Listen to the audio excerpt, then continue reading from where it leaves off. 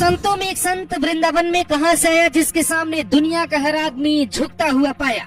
क्या श्री प्रेमानंद महाराज की कहानी देवरावा बाबा की तरह है? जज भी पूछ कर फैसला सुना रहा है। जब दोनों किडनी नहीं है तो जिंदा कैसे है? क्या संत की विद्या के सामने हार गया है विज्ञान?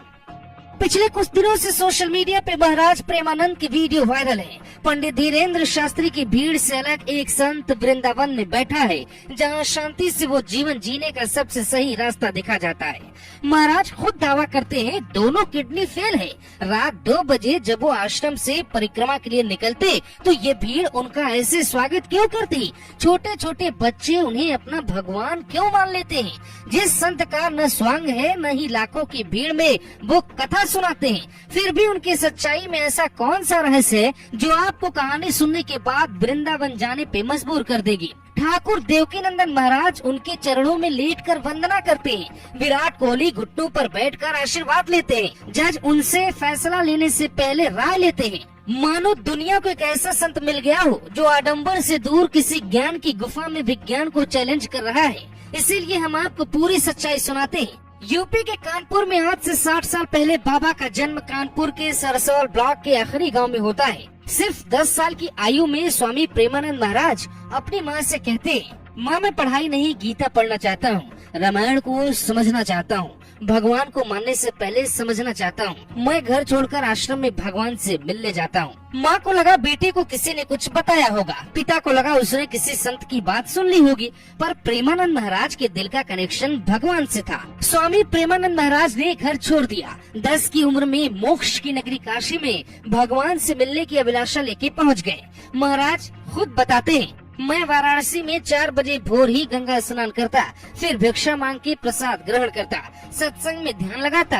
वाराणसी में संतों की नगरी है, उनके साथ रहता। जिस दिन भिक्षा नहीं मिलता उस दिन गंगा जल ग्रहण कर ही भगवान का अनुसरण करता। कहते हैं इरादा अगर बड़ा हो तो हौसला भी चट्टानी होना चाहिए। भगवान को आना पड़ता है, बस भक्त को बुलाने का सही तरीका पता होना चाहिए। और यहीं से कहानी की शुरुआत होती है। एक अज्ञानी बालक के महान संत बनने की कहानी की शुरुआत। वाराणसी में गंगा की गोद में सोए प्रेमानंद महाराज को एक दिन सपने में भोलेनाथ आते हैं और कहते हैं, तुम यहाँ क्या खोज रहे हो? तुम्हें भगवान से मिलना है तो वृंदावन जाओ। बाबा ने दूसरे ही दिन रास्ता नाप दिया और फिर वृंदावन पहुँचे तो जिंदगी दूसरा अध्याय लिखने को तैयार थी।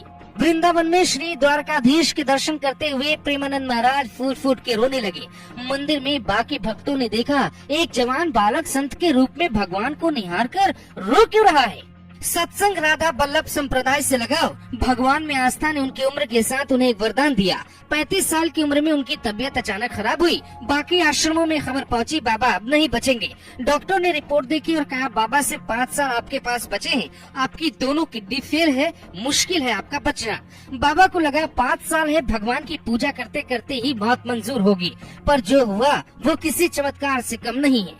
पिछले 25 सालों से महाराज दोनों खराब किडनी के साथ जिंदा है, तो वो क्यों है ये भी आपको समझाते हैं। कुछ दिन पहले ही विराट कोहली मिलने पहुंचे और फिर गूगल पे सबने खोजा कौन है प्रेमानंद महाराज। फिर सुप्रीम कोर्ट के वकील, चाय सुट्टा बार के मालिक, गरीब अमीर, राजा प्रजा सब मिलने पहुंचे। बाबा को न किसी का परिचय पता है न किसी का इतिहास। कौन है विराट, कौन है आम इंसान, सब उनके लिए एक जैसे होते हैं। दावा किया जाता है कि वो न चढ़ावा लेते हैं, न मदद लेते हैं, न किसी के प्रभाव में वीआईपी मुलाकात करते हैं। कुछ दिन पहले रात्रि में वृंदावन में परिक्रमा के दौरान 2 बच्चों का वीडियो वायरल हुआ। दोनों बच्चे महाराज प्रेमानंद से प्रभावित थे, उनके आश्रम के साथ जुड़े हैं। उनका ये वीडियो देखकर आप अंदाजा लगा सकते हैं, जो बच्चा 10 साल की उम्र में घर छोड़ के भगवान से मिलने पहुंचा था, वो आज कहाँ है? आज बच्चे उनसे मिलने के लिए रात में भजन करते हैं, क्योंकि स्वामी प्रेमानंद महाराज में कुछ तो ऐसी बात है जो आज के युग के बाबाओं में नहीं होती है। Bureau report, global Bharat TV.